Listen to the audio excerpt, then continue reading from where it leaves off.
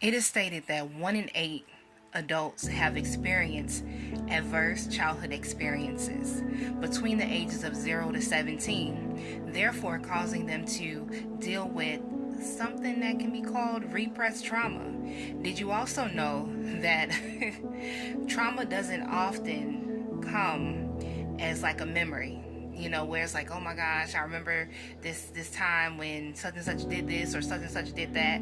Sometimes trauma can come back as a reaction. So with repressed trauma, that's when, say if you're around certain individuals and you try to figure out like it's something about this person that it just don't feel right, or you say the vibe or the energy or something is just off, that's a sign of repressed trauma.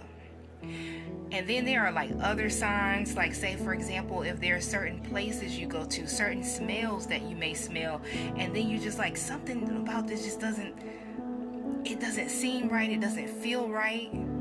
Don't ignore that.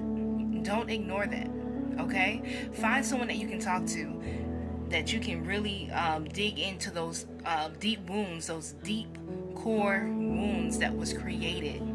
Because sometimes too, I've had conversations with individuals who were able to like recount or just talk about all these different things that happened to them. Like, I can do that. As some of you have seen in that interview with Unfiltered Stories, the whole interview is actually on YouTube, and it's my dark past affected my relationships with men. I did that interview over a year ago. I'm a bit like, I'm excited that it's circulating again. A little broken by some of the comments and stuff like that, but it's okay, because I know that it's going to help someone, right? And I'm going to use this platform to do just that, to kind of break down these things so that we all can heal. We can heal together. We have to deal with those suppressed wounds or those repressed wounds, the wounds that some of us just don't even remember. I've heard people say like, I don't remember what happened between age 5 and age 8. There's a possibility that you may have experienced some type of adverse childhood experience, and that is repressed trauma. And the way that we can tackle those things is like, just kind of like, maybe doing some discovery. But sometimes when we begin to go deep and dig deep and stuff like that, some things begin to come up that we don't want to come up. It's too embarrassing, it's too shameful, it's too whatever it is. I have a book titled Suppressed Wounds, Redemption and Recovery. And then the most recent ebook is I Gave My Sister HIV. And this book is about this young man, nickname is AD. And here it is, AD had been through some very, very dark things as a child, as a 5-year-old boy, which led him into a promiscuous lifestyle.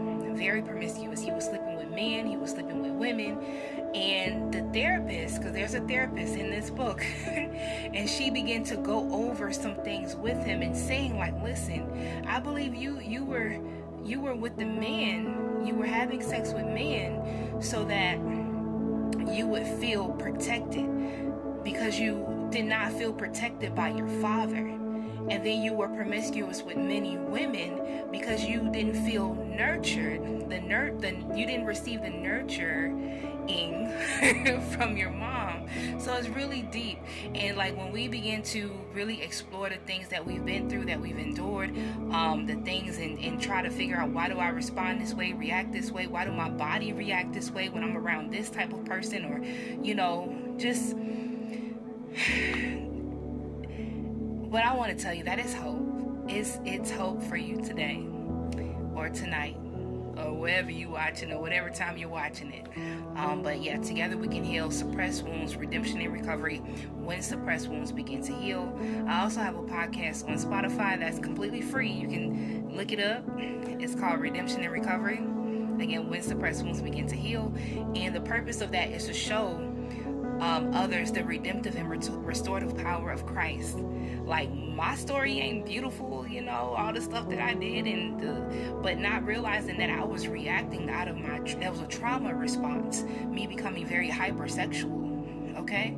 And with that, there came different consequences and things like that for my actions and stuff, and you know, but here it is, 20 plus years later, and I'm on this healing journey, and it's a beautiful healing journey. So yeah, so I want y'all to look up the signs and symptoms, or like the 12 signs of repressed trauma, because again, with repressed trauma, it can cause you to lose, you know, you may feel like, man, you know, I know something happened, but I don't really remember what happened.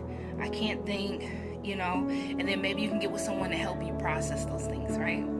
But yeah, so that's me, Christina Jones. Just wanted to share that piece with you all.